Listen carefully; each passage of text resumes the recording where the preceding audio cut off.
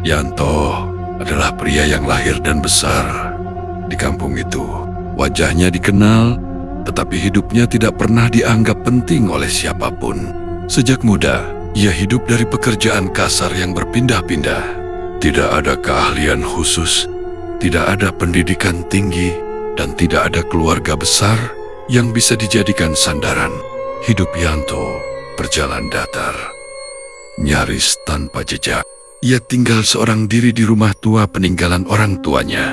Rumah kayu yang berdiri di ujung kampung dan berbatasan langsung dengan kebun kosong. Sejak orang tuanya meninggal, Yanto jarang bergaul.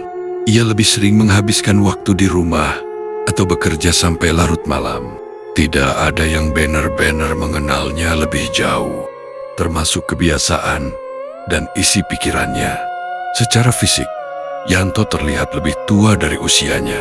Kulitnya kusam, bahunya sedikit membungkuk, dan matanya selalu tampak lelah. Tatapannya sering kosong, seolah pikirannya berada di tempat lain. Ia bukan orang pemarah, tetapi juga tidak ramah. Kehadirannya selalu terasa dingin, meski ia tidak pernah berbuat apapun yang mencurigakan. Dalam keseharian, Yanto hidup sederhana. Pakaian yang dikenakannya itu-itu saja. Ia jarang membeli barang baru dan tidak pernah terlihat menyimpan uang.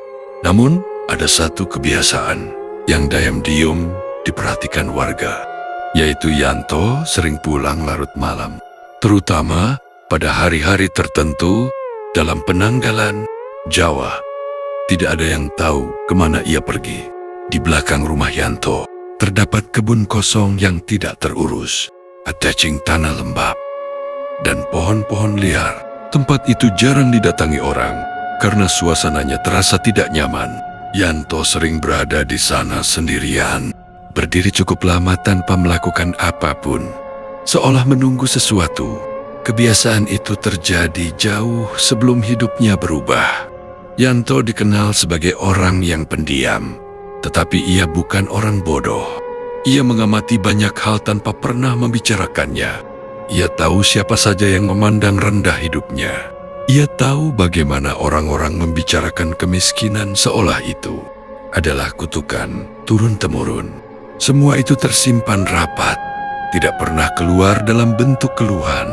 Tidak ada yang menyangka bahwa orang seperti Yanto kelak akan menjadi pusat perhatian kampung. Tidak ada yang mengira bahwa hidupnya akan berubah dengan cara yang membuat banyak orang merasa tidak nyaman. Pada tahap ini, Yanto masih dianggap sebagai pria biasa yang hidup di pinggir perhatian. Belum ada kekayaan, belum ada kehilangan, belum ada rahasia yang terbuka.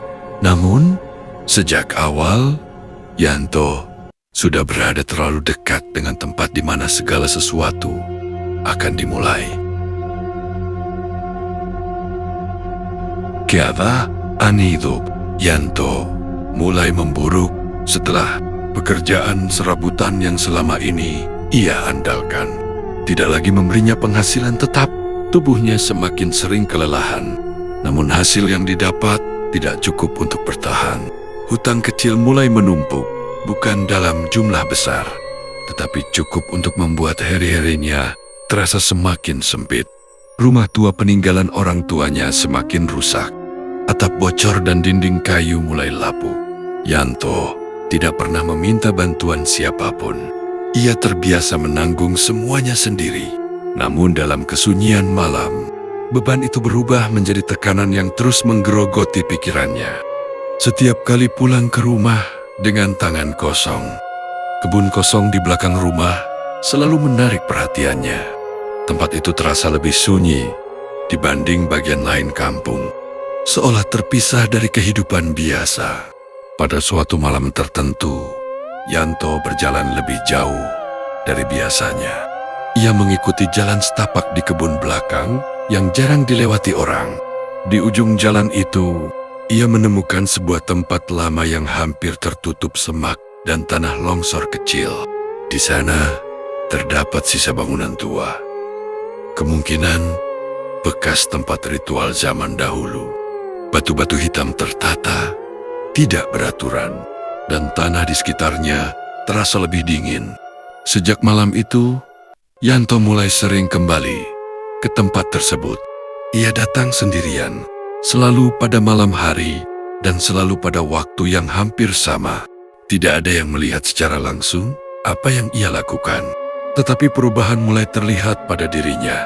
Yanto menjadi lebih pendiam, lebih tertutup, dan lebih sering terjaga. Hingga pagi, beberapa hari kemudian, Yanto mulai membawa benda-benda tertentu dari rumah. Benda-benda lama peninggalan orang tuanya yang sebelumnya tidak pernah disentuh. Ada kain lusuh, benda logam kecil, dan botol-botol berisi cairan yang baunya tajam. Semua itu dibawa ke kebun belakang, lalu dikubur atau disimpan di sekitar bangunan tua tersebut. Keadaan mental Yanto perlahan berubah. Ia terlihat seperti orang yang terus memikirkan sesuatu yang berat. Tidurnya tidak lagi teratur. Matanya semakin cekung. Namun ada tatapan berbeda yang mulai muncul. Tatapan itu bukan harapan, melainkan tekad yang lahir dari keterdesakan. Pada titik itu, Yanto tidak lagi memikirkan benar atau salah. Ia hanya memikirkan bertahan hidup. Dalam pikirannya, keadaan telah memaksanya sampai ke batas yang tidak pernah ia bayangkan sebelumnya. Cerita-cerita lama tentang cara mendapatkan kekayaan dengan jalan gelap yang dulu hanya dianggap bisikan, kini terasa nyata dan dekat. Sejak malam pertama ia benar-benar mengikuti petunjuk yang didapatnya dari sumber yang tidak pernah ia sebutkan. Yanto merasakan perubahan di udara sekitar rumahnya. Suasana menjadi lebih berat. Kebun belakang terasa lebih gelap. Bahkan saat bulan terang, tanahnya lebih lembab dari biasanya. Yanto tahu bahwa apa yang sedang ia lakukan bukan sesuatu yang bisa dihentikan begitu saja. Ia sudah melangkah terlalu jauh, didorong oleh keadaan yang tidak memberinya pilihan lain. Ia belum mendapatkan apapun pada saat itu, tetapi ia merasakan satu hal yang jelas. Sesuatu telah menyadari keberadaannya. Dan sejak malam itu, Yanto tidak pernah lagi merasa sendirian, meski rumahnya kosong. Beberapa minggu setelah Yanto mulai melakukan ritualnya di kebun belakang, perubahan pertama mulai muncul. Uang datang, meski secara misterius. Tidak ada yang memberikan secara terang-terangan, tetapi tiap kali Yanto membuka laci rumahnya, beberapa lembar uang tunai selalu ada, cukup untuk membayar kebutuhan pokok dan membenahi rumah. Rumah kayu yang dulu bocor kini mulai diganti dengan tembok, lantai semen, dan atap baru. Semua terjadi terlalu cepat untuk dijelaskan dengan logika. Tetapi perubahan itu tidak datang tanpa konsekuensi. Wajah Yanto mulai terlihat semakin pucat. Tubuhnya makin kurus, meski makanannya tetap. Matanya selalu merah di sekitar tepi kelopak, seolah tidak pernah tidur. Ia jarang berbicara, bahkan dengan tetangga yang paling dekat. Suara langkahnya di malam hari terdengar berat, seperti seseorang yang berjalan membawa beban tak kasat mata. Yang paling mengganggu adalah malam-malam tertentu. Warga sekitar mulai merasakan ketidaknyamanan. Ketika melewati rumah Yanto, suara aneh terdengar. Dari kebun belakang, tanah yang digali malam itu terasa lembab meski tidak hujan. Bau anyir muncul di udara. Samar tapi cukup untuk membuat orang enggan mendekat. Bahkan anjing-anjing kampung yang biasanya bebas berkeliaran kini menjauhi pagar rumahnya. Yanto sendiri tampak tidak peduli. Ia terus melakukan ritual yang sama, membawa benda-benda lama, mengubur sesuatu di tanah yang lembab, dan berdiri lama menatap tempat itu hingga subuh. Ada sesuatu yang selalu mengikutinya, sesuatu yang tidak terlihat, namun terasa berat di sekitar tubuhnya. Ia mulai sadar bahwa setiap keuntungan yang datang dari tindakan itu membawa harga yang harus dibayar. Pada pagi tertentu, Yanto duduk di teras belakang dengan tatapan kosong. Ia menatap tanah yang lembab, seakan memeriksa apakah semuanya berjalan sesuai yang diinginkan. Tidak ada senyum, tidak ada rasa lega, hanya rasa tegang yang terus mengendap di dalam tubuhnya. Bahkan saat uang masuk dan rumah diperbaiki, ada ketidaknyamanan yang tidak bisa dijelaskan. Seiring bertambahnya waktu, pola hidup Yanto berubah total. Ia jarang keluar rumah pada siang hari, selalu terlihat sibuk dengan kebun belakang dan semakin tertutup. Tetangga yang dulu ramah mulai menjaga jarak. Cerita tentang praktik gelap yang mengubah hidup seseorang kini terdengar. Levi Niata. Orang-orang mulai menyadari bahwa kekayaan Yanto tidak datang dengan cara biasa. Dan meski Yanto mulai menikmati kenyamanan finansial, satu hal tetap menghantui. Ia tidak pernah berbicara tentang asal-usul uang itu. Dan setiap malam, saat ia menatap tanah yang digali, ada rasa dingin yang terus menempel pada tubuhnya. Rasa itu bukan takut, melainkan peringatan. Sesuatu yang diam-diam memperhatikannya mulai menuntut. Malam itu, Yanto kembali ke kebun belakang, membawa benda-benda yang lebih berat dari sebelumnya. Tanah terasa lebih lembab, bau anyir lebih kuat. Ia menggali, menanam, dan menutup semuanya dengan rapi. Namun, dalam hatinya, Yanto mulai sadar bahwa kekayaan yang baru datang itu tidak akan pernah murni. Ada harga yang menunggu, sesuatu yang mungkin akan menuntut lebih dari sekadar keberanian. Beberapa bulan setelah ritual pertama, kekayaan Yanto mulai terasa nyata. Uang terus mengalir, rumah menjadi mewah, kendaraan baru datang silih berganti, dan tetangga mulai mengaguminya secara diam-diam. Namun, bersamaan dengan itu, ada hal-hal yang tidak bisa diabaikan. Malam-malam di rumah Yanto mulai terasa berat. Suara-suara aneh terdengar dari kebun belakang. Tanah yang digali selalu lembab, dan bau anyir muncul tanpa sebab. Sesuatu sepertinya diam-diam bergerak di sekitar rumah. Perubahan itu tidak hanya dirasakan oleh Yanto. Warga kampung mulai mengalami kehilangan yang aneh. Hewan peliharaan hilang, barang-barang kecil lenyap tanpa jejak. Tapi yang paling mengganggu adalah kabar seorang bayi yang hilang dari rumah tetangga. Bayi itu belum ditemukan dan tidak ada jejak sama sekali. Kabar itu terdengar jauh, namun secara aneh, seolah mengikuti jejak Yanto. Warga mulai menghubungkan. Meski enggan menyebutnya keras-keras, Yanto sendiri tidak pernah berbicara tentang hilangnya bayi itu. Ia tetap melakukan ritualnya di kebun belakang. Kali ini, benda-benda yang ia bawa lebih berat dan banyak. Tanah di belakang rumah digali lebih dalam, dan ada bau tanah basah yang lebih tajam. Setiap kali menutup galian, udara terasa dingin dan berat, seolah ada mata yang terus mengamatinya. Tubuh Yanto semakin kurus, matanya cekung, tetapi ada ketegasan yang tumbuh di wajahnya. Ia sadar bahwa kekayaan yang diperolehnya memiliki harga, namun ia tidak mundur.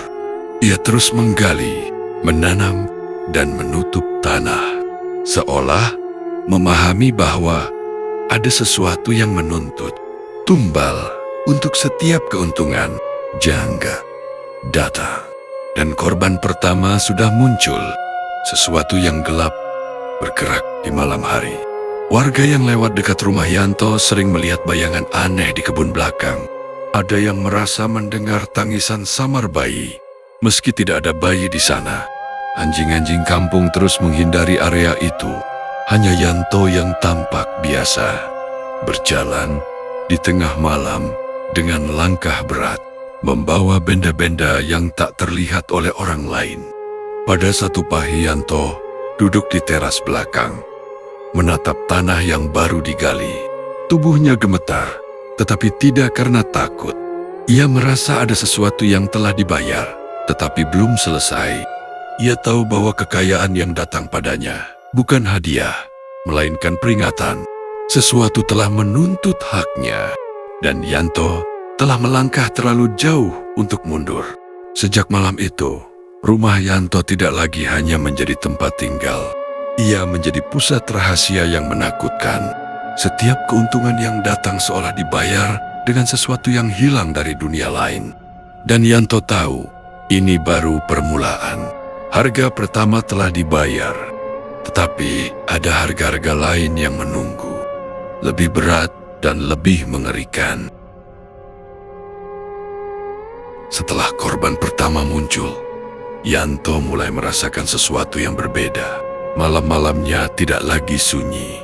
Saat lampu rumah padam, udara terasa lebih berat dan bayangan seolah bergerak di sudut matanya. Ia jarang bisa tidur nyenyak. Bahkan ketika tubuhnya lelah, pikirannya terus dihantui sesuatu yang gelap dan diam. Bayangan itu muncul di kebun belakang rumah, dekat tempat ritualnya. Tidak berbentuk manusia, tetapi bergerak seperti makhluk yang menunggu perintah. Kadang terlihat lebih jelas saat bulan tertutup awan. Yanto merasakan tatapan dingin yang menempel di tubuhnya, membuat napasnya tersendat.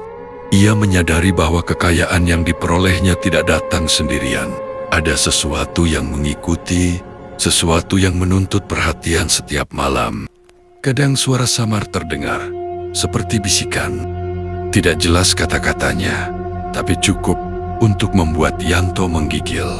Ia mencoba mengabaikannya, berpikir mungkin hanya lelah atau bayangan dari imajinasinya. Namun, setiap kali ia mendekati tanah yang digali, suara itu semakin keras dan bayangan semakin jelas. Ada rasa marah dan tidak sabar yang terpancar. Seakan ada sesuatu menunggu balas jasa. Yanto mulai mengamati dirinya sendiri. Refleksi di cermin terasa asing. Matanya merah, kulitnya pucat, dan tubuhnya semakin kurus. Ada ketegangan yang tidak hilang, bahkan di siang hari. Ia jarang keluar rumah. Lingkungan sekitarnya mulai terasa sunyi, seolah orang-orang menjauh tanpa alasan jelas. Anjing-anjing kampung terus menghindar. Hanya Yanto yang tampak biasa, tetapi dalam hatinya, ia tahu bahwa sesuatu tidak lagi di bawah kendalinya. Pada malam tertentu, Yanto berdiri di kebun belakang hingga larut. Tanah yang digali terasa panas, meski udara dingin. Bayangan itu semakin jelas, bergerak di antara pepohonan. Ia merasakan adanya kehadiran yang menuntut. Tidak ada kata-kata, tidak ada suara, hanya rasa menekan yang membuat tubuhnya gemetar. Ia tahu, setiap malam ia kembali ke tanah itu, sesuatu akan selalu menunggu, dan sesuatu itu mulai menuntut haknya. Sejak malam itu, Yanto mulai mengerti satu hal. Kekayaan yang datang melalui jalan gelap bukan hanya soal uang atau benda. Ada sesuatu yang hidup, sesuatu yang tidak terlihat, tetapi mengontrol bagian penting dari hidupnya. Dan bayangan itu tidak akan pernah pergi. Ia selalu ada, menunggu, menuntut, dan mengingatkan bahwa setiap keuntungan dibayar dengan harga yang tidak terlihat. Seiring waktu, bayangan dan bisikan yang mengikuti Yanto tidak lagi hanya menimbulkan rasa takut. Mereka mulai memengaruhi tubuhnya. Malam-malam tertentu, saat Yanto terjaga di kebun belakang, ia merasakan sesuatu yang dingin dan lembab menyentuh kulitnya. Seperti jari-jari tak kasat mata menelusup di lengannya. Sensasi itu membuatnya gemetar, dan beberapa kali ia hampir jatuh pingsan karena terkejut. Tidurnya menjadi kacau. Setiap kali ia menutup mata, wajah-wajah samar muncul dalam gelap kamarnya. Wajah itu menyeramkan, kosong, namun memancarkan amarah dan tuntutan. Napasnya terasa berat, Detak jantungnya tidak teratur. Ia mulai berbicara sendiri tanpa sadar, membisikkan kata-kata yang bahkan ia sendiri tidak mengerti. Ada perasaan bahwa sesuatu menuntut pengakuan, sesuatu yang tidak bisa dihindari. Yanto menyadari bahwa pengaruh itu tidak hanya malam hari. Siang pun tubuhnya terasa lemah, tangannya bergetar, dan pikirannya tidak fokus. Hal-hal yang dulu mudah ia lakukan, kini terasa sulit. Ia mulai menghindari tetangga dan keramaian, karena merasa mata-mata gaib mengikutinya. Setiap suara dari luar rumah terasa seperti bisikan mengancam. Setiap bayangan di dinding terasa hidup. Kebun belakang tetap menjadi pusatnya. Tanah yang digali semakin sering dibuka, bahkan tanpa tujuan yang jelas. Kadang ia menemukan sesuatu yang aneh tanah, yang seharusnya rata tiba-tiba mengembung. Bekas galian yang tampak baru ditutup. Bau anyir terus menyengat, menempel di pakaian dan kulitnya. Yanto tahu sesuatu jangga. Sesuatu jangga. Ia panggil untuk mendapatkan. Kekayaan kini mulai menunjukkan kuasanya secara nyata. Ia tidak lagi hanya merasa diikuti, tetapi dikontrol. Suatu malam, Yanto merasakan tekanan berat di dadanya. Napasnya tersengal, tubuhnya lemah, dan ada sensasi seperti tangan menekan tubuhnya hingga hampir tidak bisa bergerak. Saat ia mencoba mundur, bayangan itu muncul lebih jelas. Bergerak di antara pepohonan dengan gerakan cepat namun pasti. Ia tahu ia tidak sendirian, dan apapun yang hadir di kebun itu kini menuntut sesuatu lebih dari sekadar pengorbanan biasa. Sejak malam itu, Yanto hidup dalam ketegangan yang terus meningkat. Kekayaan yang datang tidak lagi menjadi sumber ketenangan. Sebaliknya, setiap rupiah yang ia terima diimbangi oleh tekanan gaib yang membuatnya tidak bisa tidur, tidak bisa tenang, dan tidak bisa melupakan tanah yang lembab di kebun belakang. Ia mulai menyadari satu hal yang menakutkan. Setiap keuntungan yang diterima telah menimbulkan hutang yang jauh lebih mengerikan dari apapun yang bisa ia bayangkan. Dan Yanto tahu, harga yang lebih besar akan segera menuntut. Beberapa bulan setelah pengaruh gaib semakin nyata, kehidupan Yanto berubah total. Kekayaannya semakin bertambah. Rumahnya mewah, kendaraan baru, dan segala kebutuhan terpenuhi. Namun, harga yang dibayar menjadi semakin jelas. Bayangan yang mengikuti, sentuhan tak terlihat, bisikan yang menyesakkan. Kini tidak lagi cukup hanya untuk menekan tubuh dan pikirannya. Mereka mulai menuntut sesuatu yang nyata, sesuatu dari dunia manusia. Salah satu tetangga kampung yang sering lewat di dekat rumah Yanto tiba-tiba menghilang. Tidak ada jejak, tidak ada suara, hanya laporan hilang yang membekas di kepala semua orang. Warga yang semula takut, kini mulai berspekulasi. Mereka mengingat malam-malam ketika Yanto sering berada di kebun belakang dengan benda-benda misterius. Pola yang sama mulai muncul. Setiap keuntungan Yanto bertambah, selalu ada yang lenyap. Yanto sendiri mulai merasakan ketegangan yang lebih dalam. Tanah yang ia gali di kebun belakang tidak lagi kosong. Ada bekas baru, meski ia tidak ingat menimbunnya. Bau anyir lebih pekat, seperti campuran tanah basah dan sesuatu yang lebih mengerikan.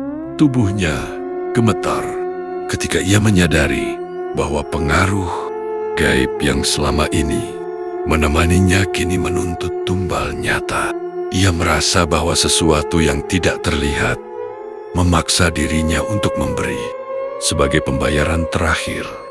Pada malam tertentu, Yanto berdiri di kebun belakang, menatap tanah yang lembab. Bau yang menusuk hidungnya membuatnya hampir muntah. Ia tahu apa yang harus dilakukan, meski pikirannya dipenuhi ketakutan.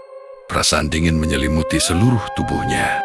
seolah sesuatu menahan napasnya dari belakang. Setiap langkahnya terasa berat. Ia sadar, korban pertama yang menuntut itu bukan sekadar peringatan. Ia adalah permulaan dari rantai horor yang lebih besar. Warga kampung mulai merasakan ketidaknyamanan yang aneh. Anjing yang sebelumnya menghindari rumah Yanto kini berlari ketakutan, menyalak tanpa tujuan jelas, seakan memperingatkan sesuatu yang lebih besar. Bau anyir juga mulai menyebar ke jalanan dekat rumah Yanto, cukup untuk membuat beberapa orang menutup jendela mereka. Tidak ada yang berani mendekat, kecuali Yanto yang terlihat biasa saja. Tetapi dalam hatinya, ia tahu semua ini adalah harga yang harus dibayar. Di malam itu, Yanto kembali menggali tanah yang lembab. Tangannya gemetar, keringat menetes dari dahi, dan setiap gerakan terasa seperti tarikan kuat yang menahan tubuhnya. Ia tahu bahwa apa yang ia lakukan bukan sekadar ritual. Ada kehidupan yang tergantung pada apa yang ia kubur. Ia menutup tanah perlahan, memastikan semuanya tertutup rapat, dan merasa kehadiran yang menuntut itu sedikit mundur. Sejak malam itu, Yanto menyadari satu hal yang menakutkan. Kekayaan yang ia peroleh selalu datang dengan tumbal. Dan tumbal berikutnya mungkin bukan hewan, bukan benda, tetapi manusia yang nyata, dengan hidup yang bisa hilang kapan saja. Dan ia juga tahu, sesuatu yang menuntut itu tidak akan puas hanya dengan sekali pembayaran. Seiring berjalannya waktu, tekanan dari pengaruh gaib yang mengikuti Yanto semakin berat. Bayangan yang dahulu hanya menekan tubuh dan pikirannya, kini mulai mengancam nyawanya.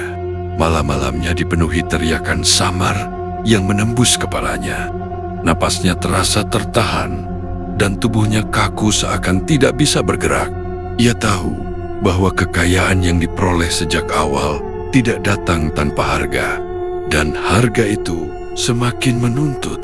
Kehilangan pertama sudah terjadi, dan kini sesuatu yang lebih mengerikan datang. Warga kampung melaporkan bayi kedua menghilang. Kali ini dari rumah yang lebih dekat dengan tempat tinggal Yanto. Tidak ada yang melihat apapun, hanya tangisan samar yang terdengar dari kejauhan. Malam itu, bau anyir tanah basah kembali muncul di udara, lebih pekat dari sebelumnya, menempel hingga ke rumah ramah tetangga. Semua tanda itu menunjukkan bahwa sesuatu yang menuntut tumbal kini bergerak lebih dekat dan nyata. Yanto menyadari bahwa dirinya menjadi pusat dari semua itu. Malam-malamnya tidak lagi hanya diwarnai ketakutan, tetapi juga rasa sakit fisik. Kadang ia terbangun dengan bekas goresan di kulitnya. Meski tidak ada benda yang menyentuhnya, suara bisikan terus menuntut, semakin keras, seolah menuntut pengakuan atau pembayaran baru. Tanah di kebun belakang yang selalu digali kini terasa seperti lautan hitam yang menyedot energinya. Pada satu malam, tubuh Yanto lemas di kebun belakang. Ia merasakan sesuatu menekan dada, menyelimuti seluruh tubuhnya dengan dingin yang menusuk hingga tulang. Napasnya tersengal, dan seolah ada sesuatu yang menahan gerakannya. Bayangan di antara pepohonan kini tampak lebih jelas, bergerak cepat namun pasti. Yanto tahu ia telah melampaui batas. Tumbal berikutnya mungkin akan menuntut nyawanya sendiri. Ia mencoba menenangkan diri dengan menggali tanah lebih dalam, menanam benda-benda ritual yang ia bawa dari rumah. Bau tanah dan anyir semakin pekat, menusuk hidung dan menempel di kulitnya. Ada kesadaran yang menghantui pikirannya. Kekayaan yang ia raih tidak lagi hanya soal uang atau benda, tetapi soal nyawa, termasuk nyawanya sendiri jika ia gagal membayar tuntutan yang terus meningkat. Sejak malam itu, Yanto hidup dalam ketegangan yang hampir tidak tertahankan. Setiap langkah di rumah dan kebun belakang terasa diawasi. Setiap suara terdengar seperti ancaman. Setiap bayangan menunggu kesalahan kecilnya. Ia tahu apa yang datang padanya sejak awal bukan hadiah, melainkan kutukan yang menuntut korban lebih banyak lagi. Dan Yanto juga tahu malam berikutnya mungkin menjadi malam yang menentukan. Malam itu, Yanto kembali ke kebun belakang dengan tubuh lemas dan napas tersengal. Bau tanah basah dan anyir semakin pekat, menusuk hingga ke pori-pori kulitnya. Tanah yang digali terasa lebih berat, seolah menahan sesuatu yang tidak bisa ia lihat. Hatinya penuh ketegangan, tubuhnya gemetar, dan setiap langkah terasa seperti menyeret seluruh tubuhnya. Tiba-tiba, bayangan muncul di antara pepohonan. Sosok itu tinggi, bungkus kain kafan putih, menutupi seluruh tubuhnya pocong. Mata yang seharusnya kosong, seakan menatap tajam langsung ke Yanto. Sosok itu bergerak pelan, tetapi setiap langkahnya meninggalkan jejak gelap di tanah yang lembab. Hawa di sekitarnya membeku, napas Yanto tersendat, dan seluruh tubuhnya gemetar tanpa kendali. Tubuhnya tidak utuh, bayangan-bayangan lain muncul. Sosok-sosok kecil dan kurus. Wajah-wajah yang seakan manusia, tetapi kacau dan menakutkan para tumbal yang dulu menjadi korban pesugihan. Yanto, mereka bergerak perlahan, menatapnya dengan tatapan kosong, namun penuh dendam.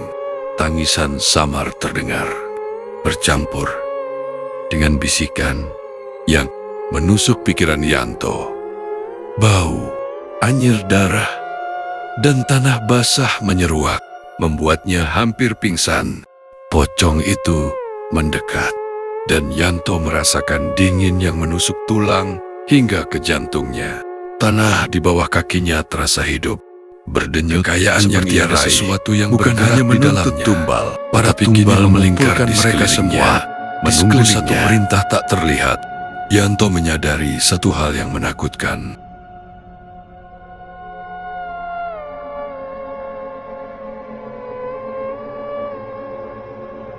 Menunggu balas yang belum ia bayarkan, ia mencoba melangkah mundur.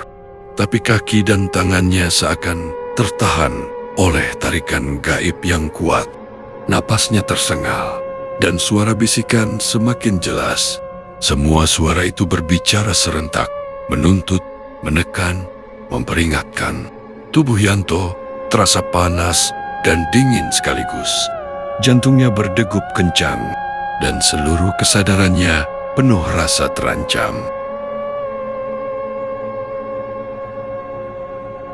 Malam itu, Yanto tidak bisa tidur. Tubuhnya gemetar, napas tersengal, dan keringat dingin menempel di seluruh tubuhnya. Bau anyir tanah basah dari kebun belakang memenuhi udara, menusuk hidung, menempel di kulit dan pakaian. Bayangan pocong dan para tumbal mulai muncul di sudut rumahnya, bergerak semakin jelas, menatap tajam, menunggu. Mereka tidak lagi hanya mengintai, mereka menuntut. Dengan langkah berat, Yanto keluar ke kebun belakang. Tanah yang digali terasa panas, berdenyut, seperti ada sesuatu yang bergerak di dalamnya. Para tumbal berdiri mengelilinginya. Tubuh mereka kacau, wajah mereka menakutkan. Matanya kosong, namun memancarkan dendam. Pocong itu berdiri di depan, menatap langsung ke mata Yanto, membawa aura dingin yang menusuk hingga ke tulang. Yanto tahu bahwa malam ini adalah pembayaran terakhir.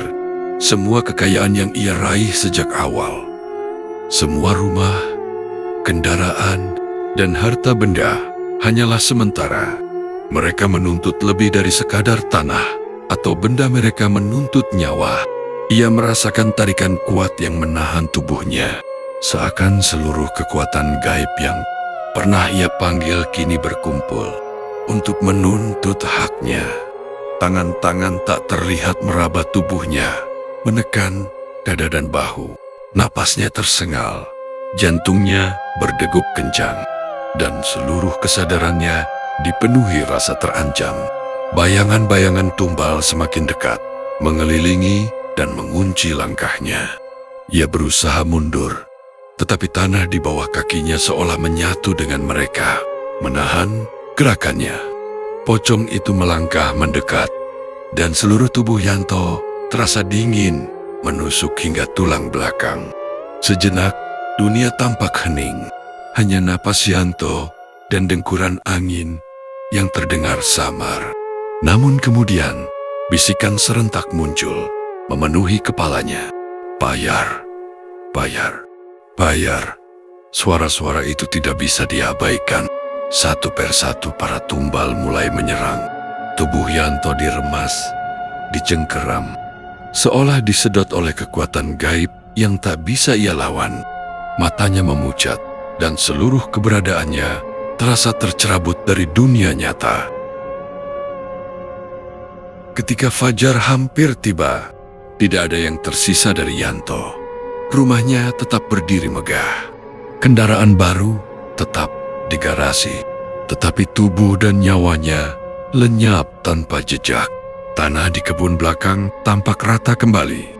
Hanya ada bekas galian lembab yang perlahan tertutup, seakan tidak pernah ada yang mengganggu. Bau anyir hilang, namun udara masih terasa berat, menandakan bahwa sesuatu yang gelap masih berdiam di sana. Warga kampung yang lewat pagi itu hanya melihat rumah Yanto tampak biasa, meski ada ketidaknyamanan yang samar di udara. Mereka tahu bahwa semua kekayaan yang diperoleh, Yanto datang dengan harga yang mengerikan. Dan mereka pun diam, menahan rasa takut untuk bertanya. Bayangan pocong dan para tumbal mungkin masih menunggu, mengintai siapapun yang berani menyinggung tanah itu. Kisah Yanto berakhir dengan satu pelajaran yang menakutkan. Kekayaan yang datang dari jalan gelap selalu dibayar dengan nyawa, dan sesuatu yang tak terlihat selalu menunggu untuk menuntut harga terakhir. Sejak malam itu, kebun belakang tetap sunyi, tetapi siapapun yang mendekat bisa merasakan tatapan kosong dan dingin yang masih menunggu, seperti pengingat akan hukuman yang tidak pernah selesai.